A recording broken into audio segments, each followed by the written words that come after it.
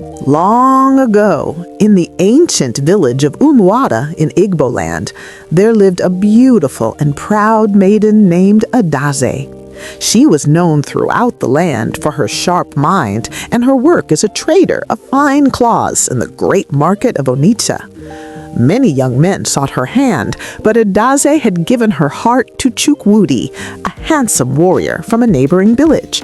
For many moons they walked together, sharing kola nuts and sweet words under the udala tree. Adaeze believed their love was as strong as the iroko. But one fateful evening, as the moon rose full and red, Chukwudi broke the kola with another woman, Ngozi, his old love from childhood. He sent Adaeze away from his compound with harsh words, saying, "Your heart is too heavy with questions. I cannot carry it." Adaze's world shattered like a clay pot dropped on stone. The pain sat in her chest like a heavy stone, pressing until she could barely breathe.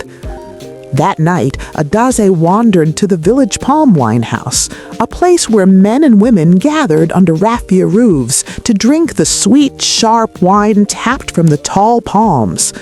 The tapper that night was a quiet young man named Chike. He was not born of poor parents. No, Chike was the son of a great healer whose medicine reached even the king's palace.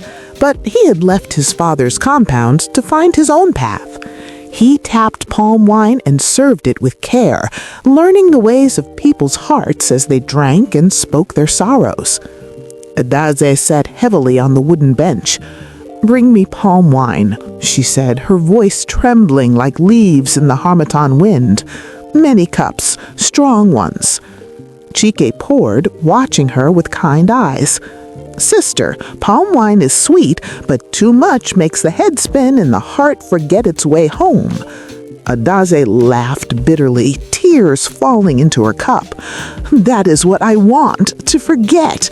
My heart has been broken by one who promised me forever." One cup became many. Soon Adaeze was pouring out her sorrow, how Chukwudi had betrayed her, how he had chosen Ngozi only days after sending her away, how empty her life now felt. Chike listened without judgment. When she grew too heavy with drink, he closed the wine house early, carried her gently to his small hut behind the palms, and let her sleep on his mat while he sat outside watching the stars. In the morning, Adaeze awoke ashamed. "Why did you bring me here, stranger? You could not remember your compound, and no woman should walk alone when her heart is bleeding." Days turned to weeks. Adaeze returned to the palm wine house often, not always to drink, but to talk. Chike never pushed her away.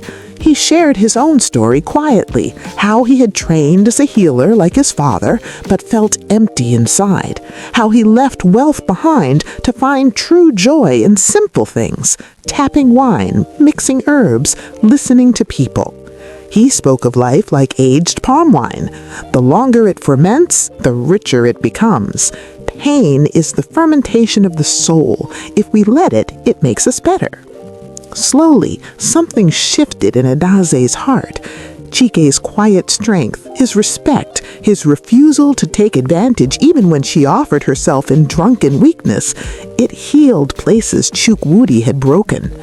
Yet fear clung to her like a shadow. "I am damaged," she whispered one night. "My mother drank to forget my father's leaving. Now I do the same. Who would want a woman who drowns her pain instead of facing it?" Chike took her hands. "The ancestors teach us that the broken pot can still carry water if mended with care. You are not your pain, Adaeze. You are the strong woman who trades wisely, who laughs loudly, who loves deeply. That is who I see." But old wounds are stubborn. When Chukwudi came crawling back, having lost Ngozi because he could not afford her bride price, he found Adaeze laughing with Chike. Jealousy turned him cruel. He insulted Chike, called him a common tapper, unfit for Adaze's beauty. In front of the entire village, he dragged Adaeze by the wrist, shouting, "You lower yourself with this poor man who serves drinks." Adaeze pulled away, tears of anger burning. "No, Chukwudi, you lowered me when you betrayed me. Chike lifts me up. He sees my worth even when I cannot. I choose peace over your poison." The village elders nodded. Even Chukwudi's own mother shook her head in shame. That night, under the same udala tree where she once dreamed with Chukwudi, Adaeze made a vow to the ancestors. No more drowning sorrow in palm wine. She would face her pain like the strong daughter of Igbo land she was. Chike revealed his truth then, not in pride, but in honesty. "I am no poor tapper forever. My father's compound is great, but I chose this path to find myself. Now I have found you, too, the greatest gift." He knelt with a string of coral beads, the kind worn by brides of old. "Adaeze, daughter of the soil, will you walk this path with me? Will you marry me and let us ferment together into something rich and everlasting?" With tears of joy, not sorrow, Adaeze said yes. The village celebrated for 7 days. Palm wine flowed, but Adaeze drank only a little, smiling as she danced with Chike.